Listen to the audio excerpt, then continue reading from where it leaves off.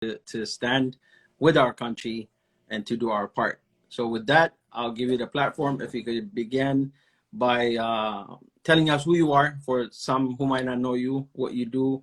Who's Hermela?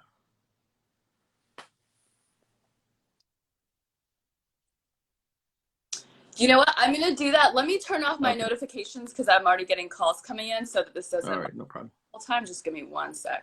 እንግዲህ እንደሰማችሁት አማርኛ በመሀል በመሀል አስተዋሉ ለማለት ይከብደኛል፣ ግን ያው ዛሬ እንግሊዝኛ እንማራለን። ሰብታይትሉን አበራልሃለሁ። በሰብታይትል ኮሜንት ትሳተፋለህ።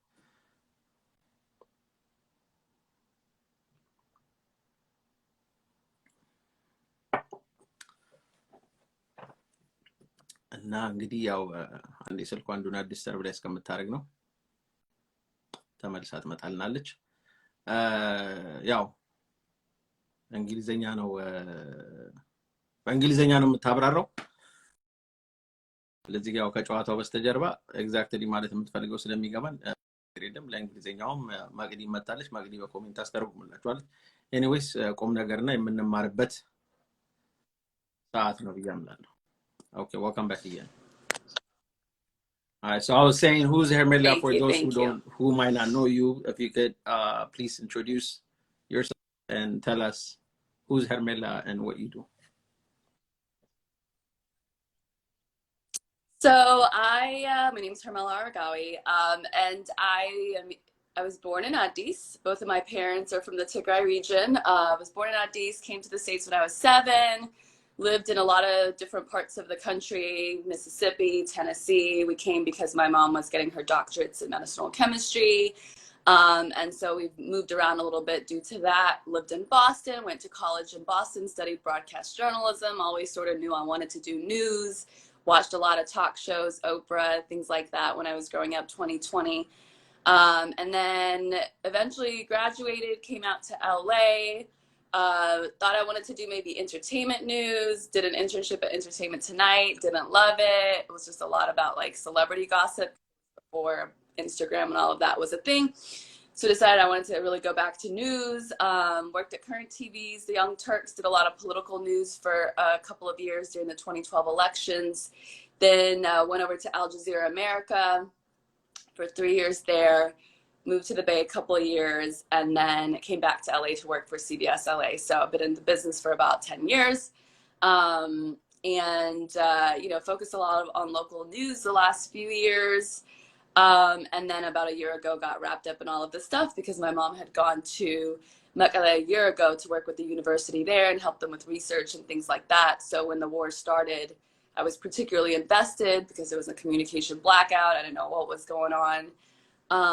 And so I started to pay attention. I started to work with activists, humanitarian activists, or so I thought. Learned a lot, made mistakes, learned a lot, learned that a lot of the news in CNN and New York Times and AP, I'm sure you guys have heard me say this before, is a lot of propaganda, when it comes to other countries particularly. So, but I learned that the hard way, was sharing a lot of the news that was coming out of there. Remember all the massacre reports and things like that. And then, there was just, I had a lot of questions. I always have questions. That's what I do, right? So it's not like I ever went into it blanketly believing everything that everybody was saying. I was having conversations with people. I would say, my friends are from all over the place, not just Ethiopians from all over the place, but literally like just backgrounds of different places because I've lived in a lot of different parts of the country. So I really don't believe in the whole race and ethnicity thing. But when this war came, that was just a lot of the conversations that were being had, particularly the activists were really pushing this idea that, they hate us because we're Tigrayan. And for my experience and a lot of the experience of the people that got involved, because it was humanitarian in nature, at least that's what they thought. Like a lot of people said that, what? Most of my friends were Ethiopian. Like I had no idea that they hated me because I'm Tigrayan, et cetera, et cetera. But nonetheless, that was the line that was just pushed. And so I think a lot of us were debating with our Ethiopian friends. And I'd like to think some people, I just haven't talked to a whole lot of them yet, but I like to think some people came to their senses and stop buying this really black and white story they were sold in the beginning. But I don't know. I don't know what happens to your brain when you stop questioning for a very long time. Like, does it stop absorbing new information? Like, I really wanted to talk to like a psychologist about that, because a lot of the people that are involved in this work is people I think, oh, they're good people, sweet people, like hung out with them, like them. And yet they're so pulled into this propaganda. So I think there's a real danger when you cut out everybody that has a different opinion. Like, I never cut out a lot of people. There's people I stopped talking to for some time. There's people I kept arguing with during that time. But it's good. It's good to keep those people around, because that's what keeps you grounded. That's what keeps you closer to the truth than not. If you get emotional and just block everybody out, and then you never hear any information that's different than what you were told. So I think that's what's happened to people. And you know, I have a suspicion that a lot of people are now getting paid, because there's a lot of money that's being collected. And, you know, maybe, you never know, like maybe people really just need that and they really believe that, you know, they're going to win anyway. And so just ride this into the sunset. I'm sure there's a lot of people who aren't either and who just kind of believe in it. But those who are really doing the work, who are having the meetings, who are going on social media, who are writing about it, I have a feeling there's a financial benefit to some degree. So maybe that's it, but I just don't think it's worth it. I mean, I gave up, at least for the moment, a stable thing, because I was just so disgusted by how much the lie was getting a platform, and how the truth just kept going further and further back into the conversation. So that's kind of it. And I know you've heard me say a lot of it probably, but yeah, I'll just open it up to questions. Most of it, my question, and then there was questions that came, so I'll bring them up. But the question is, like, given your background, how difficult and how challenging it was for you to stand where you're standing right now, because it's a rare stand that you have.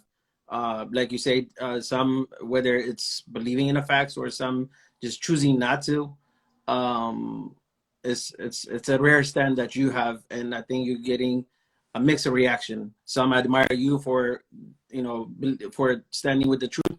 Some will just denounce you because you're not standing with your fellow country people from your background. So how were you able to deal with that?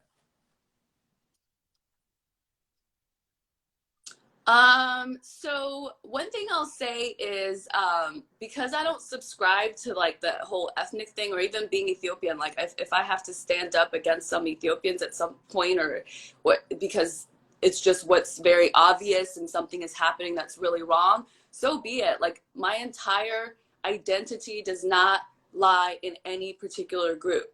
Definitely not in Tigrayans, because I didn't even necessarily grow up in that culture. Not even Ethiopians, because I have friends from other places. Not anyone like race, not Americans per se, although the majority of my life is here.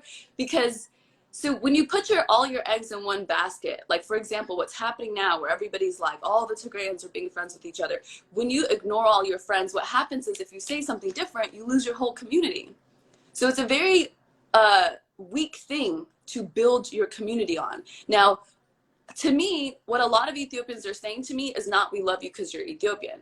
They're saying, we love you because you're actually standing up for the truth when it's uncomfortable, when it's unpopular, when almost just, I don't want to say nobody, there's a lot of outspoken Tigrayans that are enough that I really respect, and that some of them are in Ethiopia and, you know, facing more things. So, but there's not enough people doing it. And so to me, that's what I want to build my connections on. That's what I want to build my friendships on. If it's about the truth and compassion and helping each other, that's fine by me. But if it's just because I'm Tigrayan that you love me and you hate me tomorrow because I said something different, to me, there's no loss. I lost nothing, because it was never real to begin with, right? So it didn't bother me. It didn't bother me. I think people are making themselves look really ridiculous, especially since they call themselves humanitarian advocates and they care for the people. When I say, hey, how many soldiers have died in this? Is this even worth it? Why are we still going into other regions and killing people? Why didn't we take a ceasefire when it was offered to us? Why is there an answer for everything that is not peace, right? So for me, like, it just, you know, as the most stressful part is when people that I love or care about get bothered, right? Because with an association with me. But me personally, I mean, I just, Yeah. it's too obvious, right? Like, this isn't some like gray area. Like, this political group that was dominating for 30 years can't just let it go. Like, right? Can't just take a back seat, take whatever you got from that time, just let it go. Let it go so 140, 150, including Eritrea people could try to live, right? So you start a war, you use your own people to fight that war, you kill a bunch of the country soldiers that lived amongst you for, in some cases, for 20 years. You tell the international world that it's a genocide. Like, you use that word for your own politics. And then you say no to war, make up all these stories, or at least use certain stories in a way that twists what's really happening, right? Like, I had no doubt that there were atrocities, just like the UN and Ethiopia HRC report found. I knew that. I knew that. That's why when Abiy said there was not one civilian was killed, maybe you didn't target civilians, but like, that's just, yeah, like, that's one of those things you're like, why are you even saying that? Like, any rational mind is going to go, that can't be right, right? So to me, like, the opposite of, or what's happening on the other side is like that obvious, except on a much larger scale.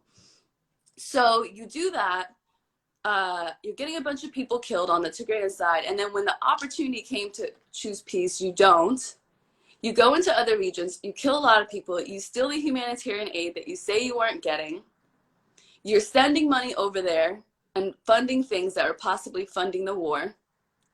Like, why would I want to be a part of you, right? Like, I am happy that I'm not a part of you, right? Like, I'm happy to be able to say, no, that is definitely not something I'm for. So, as far as I'm concerned, you know, anybody who doesn't have the courage to at least privately say, this is wrong, this should not have happened, not like this, what's going on? Why are we trying to destroy the only country that we have outside of wherever else we might be for the diaspora, right? So, good riddance, good riddance. I just don't know how many times, how many ways I can appeal to people to make them understand. Like, I've had people say, oh, maybe if you say it this way, if you say it that way. No, like you said, like, I mean, I don't. It's either, it's a choice. It's a choice that people consciously make, believe whatever information is put out, to say, like, not even to question. I struggle with it because I look up the people that are close to me to say, why, how come I don't see, you know, you saying, even in private, to just say this, and you know, we don't get that. So a lot of it is just, I feel like it's a choice, and it's a blind choice, in my opinion, that people are just not looking any sides and just going at it. So what, for people like us, where can we get reliable information and news that are not biased on, like, factual based news? Where do you suggest people look for to hear facts, news that are based on facts, not one-sided, and not biased, and that, like, independent journalism, things that you're doing now? Where do you suggest people, this generation and people who are, where do you suggest that they go to find these sources? So Breakthrough News, who I did an interview with recently that you guys probably saw, they're doing an excellent job. They do not have an agenda except the truth, like, which is what I thought a lot of outlets would be.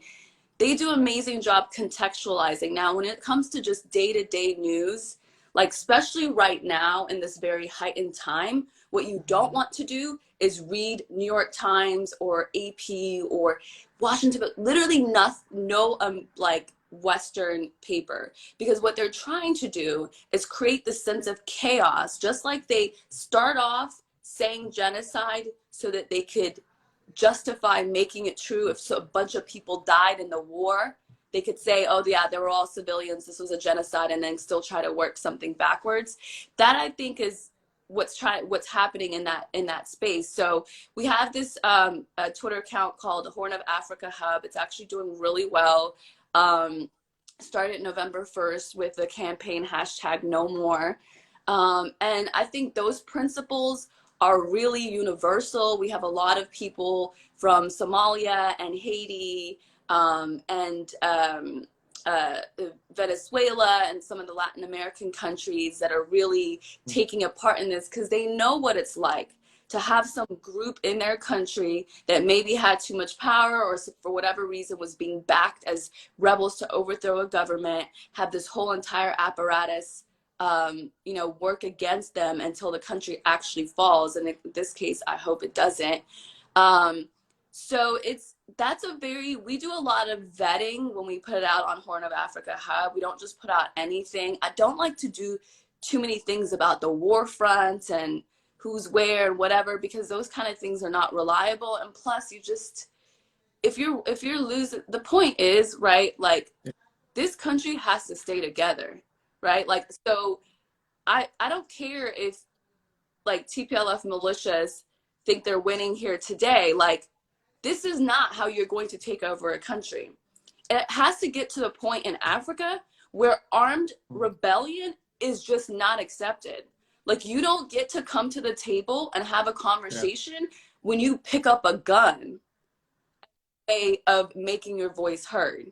Like, we have to get to a point where protesting is heard, where protesters are not killed, and where people with arms are not invited to the table. So I'm not saying it's easy with what's going on. I think the people in Ethiopia are paying the biggest price, but I do not want to live in a world where belligerent people with guns can take over a country anytime they feel like it. So in terms of the war front, I think we all just have to count on the people there to do the work, the people there who are sacrificing their lives and everything else to do the work, and then the rest of us can focus on the information about what is true. Are they really that close? Is it really a threat? If it's a threat, what do people need to do? What do people need to avoid doing? For example, I don't know if any Tigrayans would be even watching this or watch this later. If you're a Tigrayan right now, and especially if you're in Ethiopia, and if you have affiliations with TPLF, if you're funding them, if you're celebrating when you think they're winning and you get arrested, no one's going to feel sorry for you. No one's going to feel sorry for you. What I hope doesn't happen is innocent Tigrayans don't get wrapped up, right? Like, people that just want to live their lives. They want nothing to do with this political stuff. They just want to raise their kids and whatever.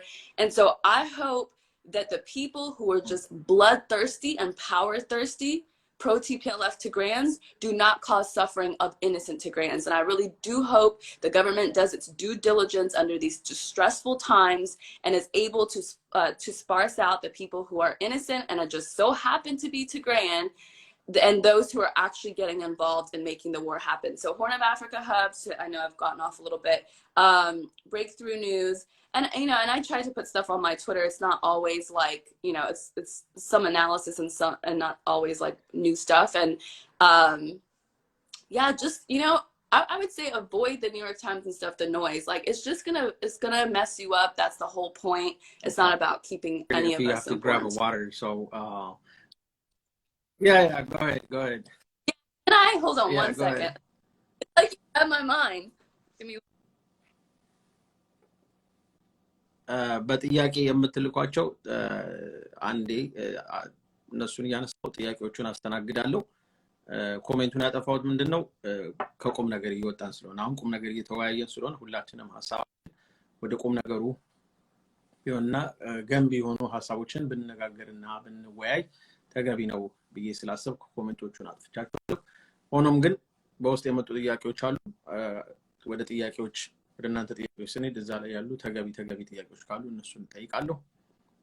እንግዲህ ጥሩ ኮሜንቶች ወይም በኮሜንትም ጥያቄዎች ጥሩ ከመጡ እነሱንም ፔን አድርጌ ጥያቄዎቻችሁን እንዲመለሱ አድርጋለሁ። ለአሁኑ ግን ጥያቄዎቻችሁን አትጠይቁ because እሱ ሐሳብ እየሰጠች ስለሆነ ወደ ጥያቄ ስንሄድ ኮሜንታችሁን በጥያቄ ይዛኔ ብታደርጉ እላለሁ። Okay, so Twitter. Yeah. I know I'm personally not active. I had an account, I deleted, but I downloaded it again.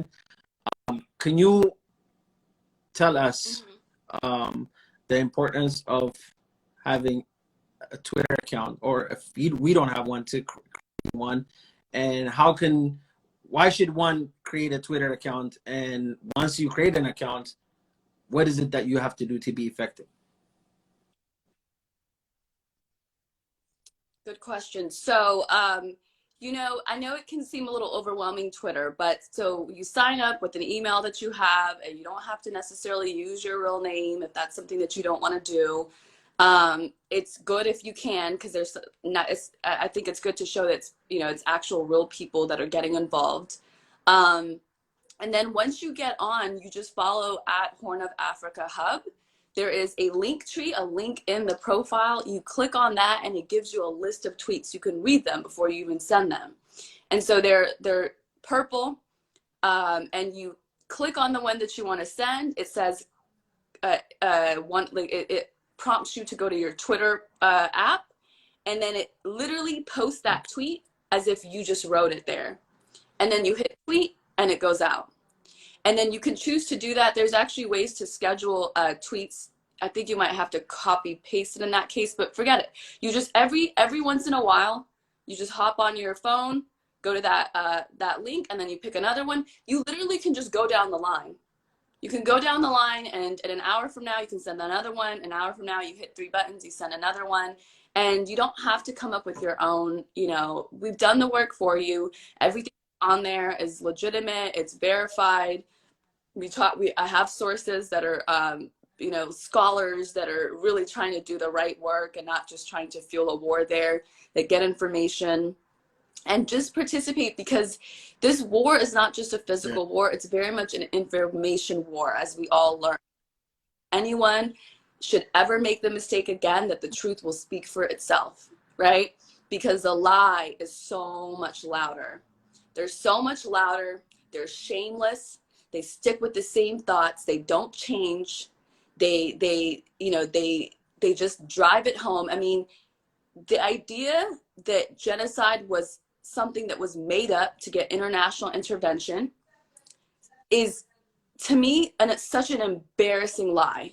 It's such an embarrassing lie. And anyone with a conscience should be able to stop and walk away from that, because you don't want to be a part of the system that lied about genocide, right? Because the other thing that this does is, one, you're fueling hate. If you watch Tigray Media House or any of those things, all they're telling them is Amhara is your enemy. They're your enemy. They're killing you. They're going to try to wipe us out. We're going into the regions to take them out. You don't want to feed people this. It's going to come back to you. It's going to come back to you. So I think that to try to go the other way and try to be balanced, right, as much as possible. Like, you know, there's a tweet on there from Jamal Kantis who says, not all Tigrayans are pro-TPLF. Like, obviously, there's a lot who've suffered under them. There's a lot who are suffering under them right now who don't have a voice.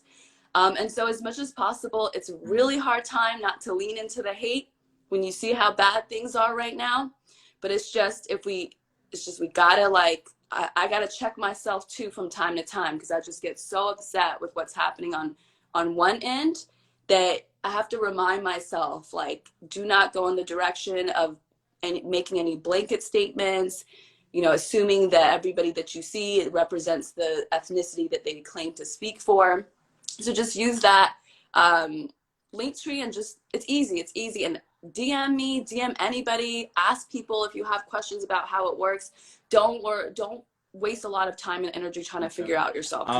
So we're here to help. Since we're talking about Twitter, I saw that Twitter has temporarily restricted trending Ethiopian activity or something. Now, do you think it's because they said it was for safety? Do you think it's because of safety, or do you think because now more people are awoke and they're taking parts and being the opposition of what has been actively going on Twitter? Yeah, my guess is the latter, and part of that is not just something I'm making up. So I'm in touch, like I said, with other community, I'd say journalists that have, you know, that specifically I'm talking about one from Haiti who's been doing this work for 20 years.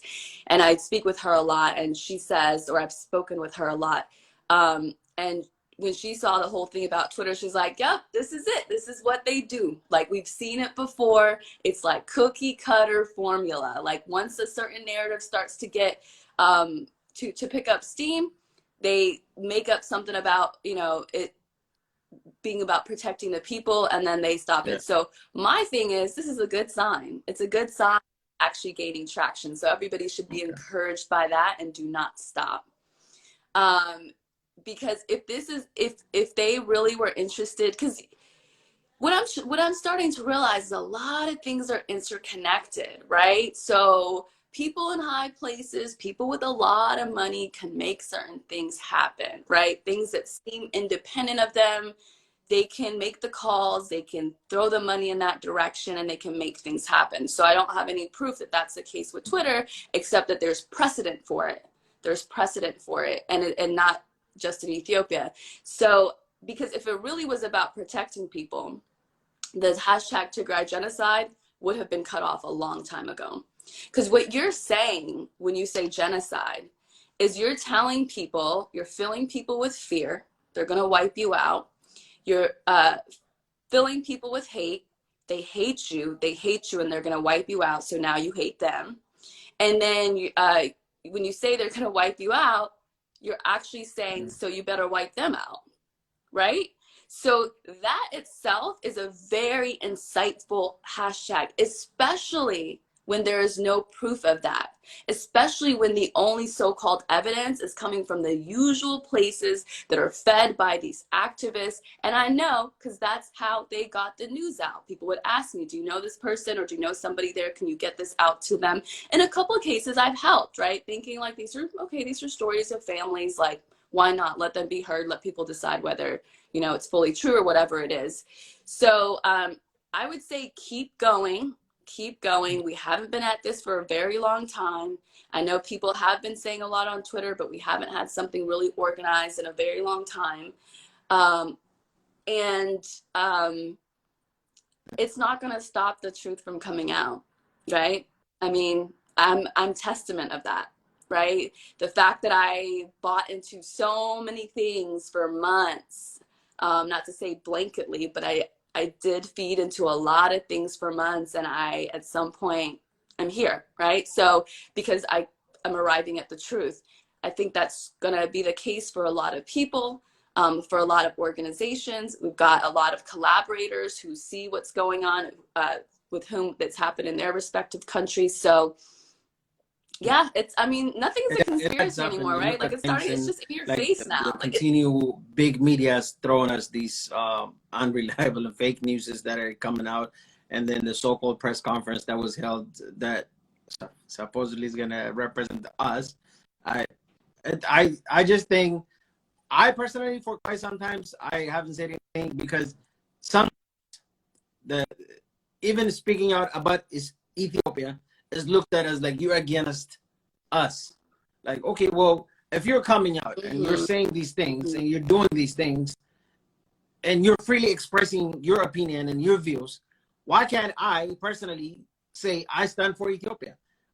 So I think it's, for whatever reason, my reason has just been like, I'm trying not to offend my friends.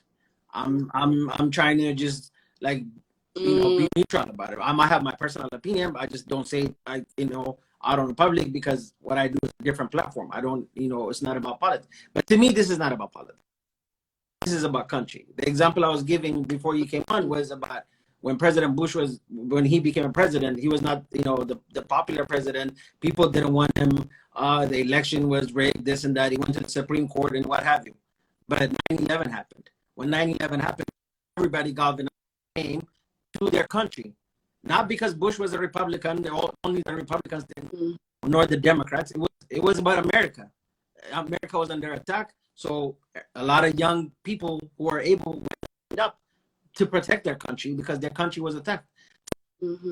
I feel like we're at that stage. It's not just about the war that's in Ethiopia, but all the pressure that's coming to Ethiopia, the media, from the Western world, from our government here in the U.S., all the pressure that's coming on, I feel like it's an attack to my country. So it is time. I don't think anybody can sit in silence, and it's not about if you support Ethiopia, it's not about you being against one. It's about standing with your country. I believe now is the time to stand with the country.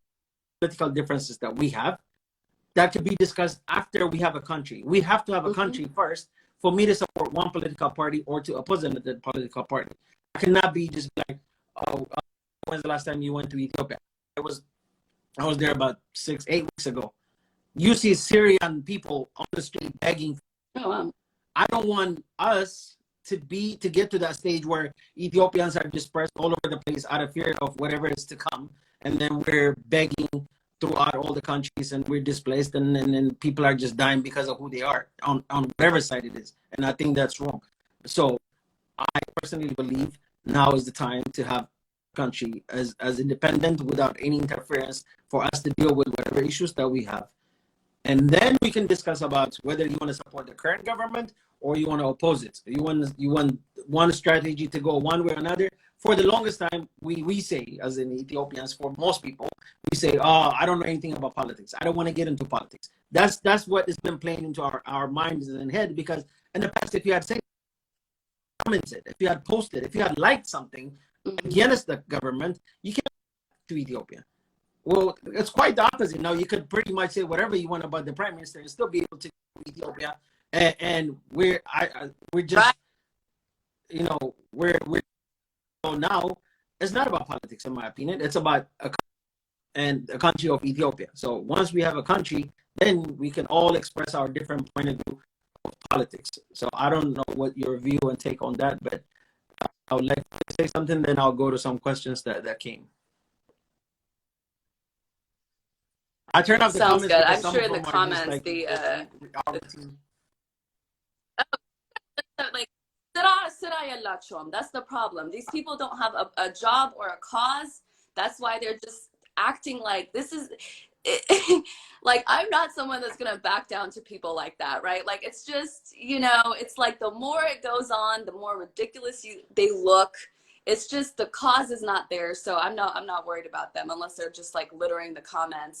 And you can feel free to turn it on.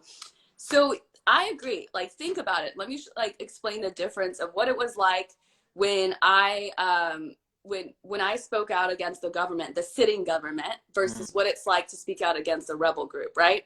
When I spoke out against what the government was doing, what they were calling it, etc., whatever I thought at the time, nobody threatened me, right? Like, maybe there was people that were like, oh, CBS, like, she's, you know, she's supporting whatever terrorists or whatnot. But nobody did or tried to do what this Tigray genocide activists do. There was no petition for my job. There was nobody threatening my life like some of these lame thugs have been trying to do on my social media page. People that I know who in a second would end up in jail because of some of the things that they did, have the audacity to risk to threaten my life, right? So the government did not go after me. Nobody from the government tried to threaten me. No activists threatened me the way that these people did. And it was a sitting government, like, right to your point. I say one thing. I put up an Ethiopian flag. I say, hey, if you're saying no to war before, you should say no to war now. And it's like, I'm being called all kind of names, right? People are trying to call everybody that I know and intimidate me. That goes to show you, I do not want to live in a country run by these people. Even when they're not in power, they're terrorists, right? Even when it's somebody that's living abroad. I have gotten nothing from TPLF. Everything that I've ever done, any job that I've ever had, was pure and done the right way. So I don't owe them anything, and yet they treat me like I do, right? Let alone somebody that was maybe somewhat with them, got something from them. We know that they killed over 50 people that, just for working with the Prosperity Party, right? So there, to me, there's no, this equivalence is just, they're so different. You know, these are two different things. There's plenty of things we can criticize with government. Some of the things being they're not harsh enough in certain ways. You know, I don't know why all those people got through the Amhara and Afar regions and killed a bunch of people. Like, I don't know why that happened. And so there's a part of me that wants to criticize the government for that, right? So but right now, when you have these, especially these outspoken activists, first of all, let's make it clear. Some of these activists have their own personal agenda. Their parents are in that group. Their parents are in jail for supporting that rebel group, right? So to them, they don't care if everybody in Ethiopia dies as long as they save their parent, right? Their criminal parent who's in jail for a reason. So this is it's night and day. We can talk about what the government isn't doing, and I would like to be in a country where you can talk about that. But there's no, it's, to me, it's black and white. It's black and white, and it's a year long. It's a year in. You know, I have empathy for people who, because I was one of them who didn't fully understand for a long time. But it's a year in. These people are saying, "Let's take this country down." Like what more are you waiting for? You know, let me get some of the questions. I'm curious about for people like us who grew up in the States and are unsure how to advocate for change. How and who do we reach out to help with making sure this ends peacefully?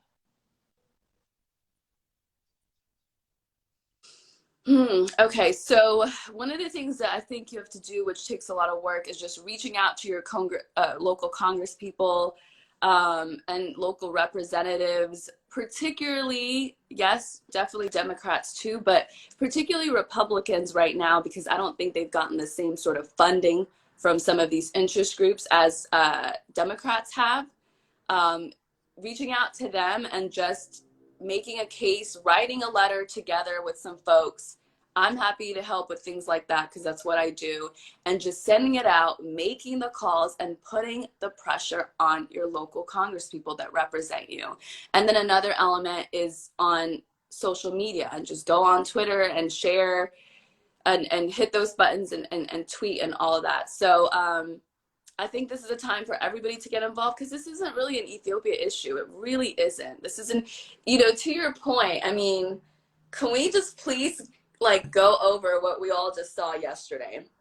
We saw these so-called representatives of these federalist group, which are literally extremists, tribal extremists, so ethnic-based. Again, like we're going down the ethnic-based representation.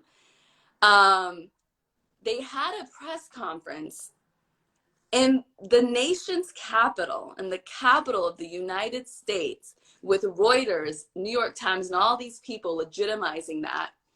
And this guy went up on the mic and said, "We plan to forcefully dismantle an elected government." Like, I don't know what America is thinking. Like, I don't know if TPLF is running the show, because they're making them look like fools. Press conference, like, and then you have non-Ethiopian journalists sitting there, so-called journalists asking questions. Like, the guy can't make up his mind. Like, war, like with force, without force. He can't even say mastermind. He say Mr. Mind. I'm like, seriously, like for people who are outside looking at what Ethiopia is, they might think that you clearly do not represent me, and I don't know whoever paid to put that together. I would, if I was them, I would ask for money back. Yeah, I think every one of them got paid, obviously, to be there, got paid money that they couldn't deny to be there. But it's like, it's such a joke. Wait, I'm curious what some of the Tigrayans are saying. Why are Tagaru mass arrested in Addis Ababa? Can we address that? Oh, to pin it. First of all, there's no back source that says Tagaru. My voice is not coming. This is just a pause, but I'm gonna come right back. So don't go anywhere. Oh, yeah.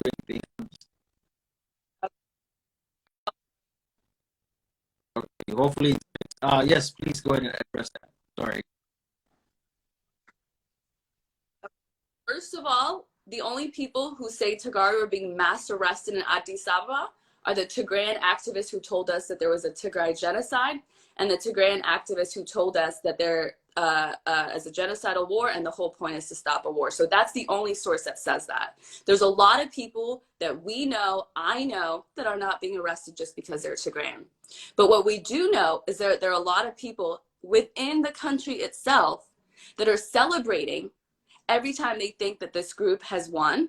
So you're, even in America, if you're celebrating a terrorist group to win against your own country, they're going to lock you up. They're going to lock you up, right? One. Two, we're in a state of emergency.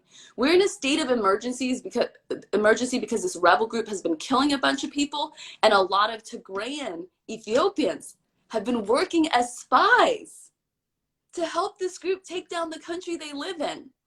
So if anyone's upset about Tigrayans being detained and questioned, then they're guilty to me. Then you're guilty. Those people are upset because they have gotten involved. They did too much. So that whole concept is such a lie that people want me to respond to. And it's like, no, what I want is the government to not be abusive and to do their best to not be abusive when they're detaining and questioning. But I know someone who's gotten questioned. She got released, right? So when you have made so many of the people a part of your system, a part of the system to take down the country, and then you claim like, oh, they're being mass arrested. No, to me, when I hear that, especially when I see that in the Western media, I hear they're arresting our informants and co-conspirators. Like, that's what they're really saying. If you arrest all these people, then who are we going to work with to take down this country? Right? So that whole concept has not been verified. The second that I hear that there is mass arrest of Tigrayans for not a legitimate reason right now, I don't care who they detain and question. Don't abuse them. But if they feel like that's what needs to happen so that this country does not collapse in this exact moment, if I was there, I would understand that they detain me and question me. Like, I don't understand how people do not understand that that's what needs to happen. For like, they're asking the government to be this perfect, even bigger than a first world country, just never get the wrong people at all. Like, you know, just somehow protect the country without detaining and questioning people. But then they don't question that their own leadership is actually starting a war, throwing people into the fire, and then making everybody an accomplice by getting them into their own world and spying for them, right? So yeah, that's why I keep the comments on sometimes, because those sure. guys just I'll look into the questions that came, but if you see something in the comments, feel free to address them. I think you already said one of the questions was what kind of being part of the protest, to the protest that took place yesterday.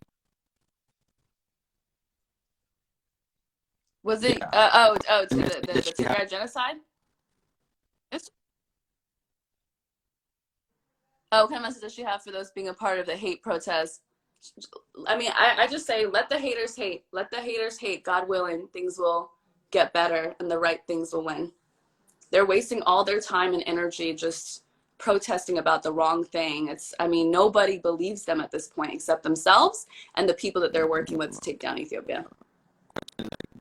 Come to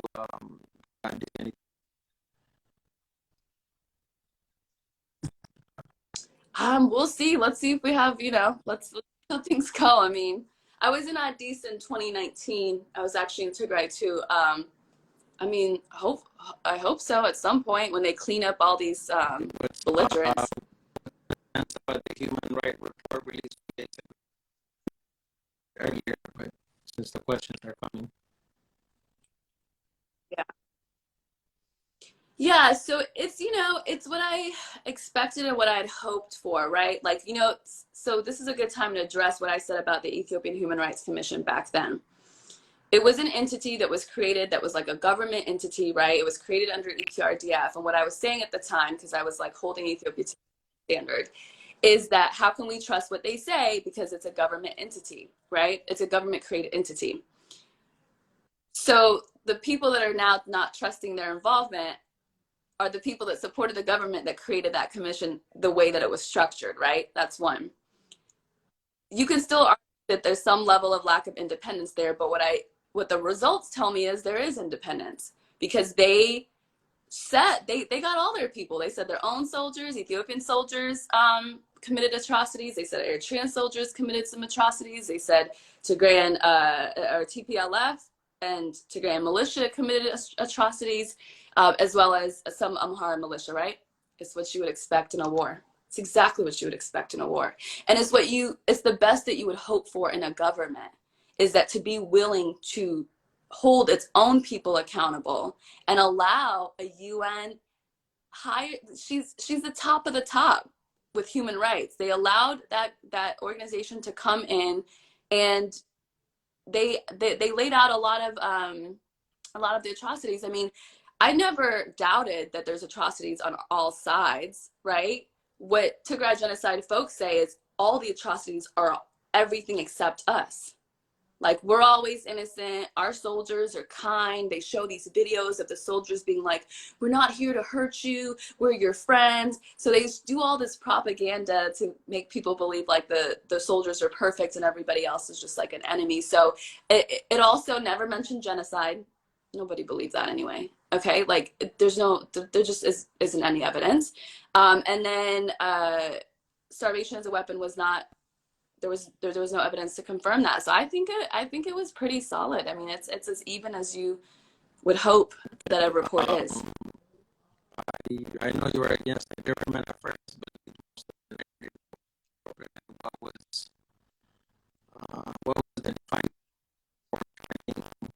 that led you to believe the lies was perpetrated by the media in the Western world? So a lot of little points, right? I did a lot of things hesitantly back then, right? I shared certain posts like, okay, like I believed it, but I had questions.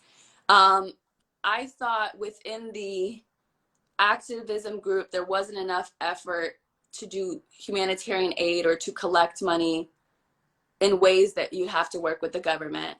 Because if you don't have control of that region, how can you help the people? So why are you telling people to send money to this way, like this entity that's actually not going to be able to work with the government? So I thought that was kind of suspicious, because I mean, don't you want to save as many lives as you can if this is really a genocide, right? In the meantime, before that was one.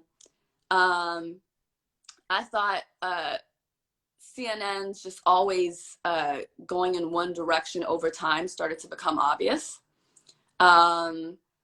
I thought, a lot of the conversations about certain like ethnic hate was a little bit over the top and wasn't necessary. People would say also that TPLF didn't do anything wrong.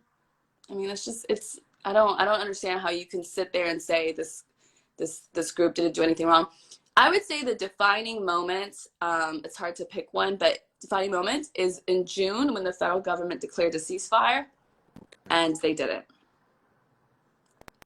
That was the moment. Do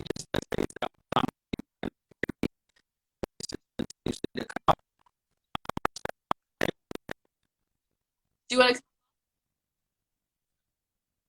Oh, I guess if it only allows you to do an hour, right? I'm good for another hour, probably. Mm-hmm.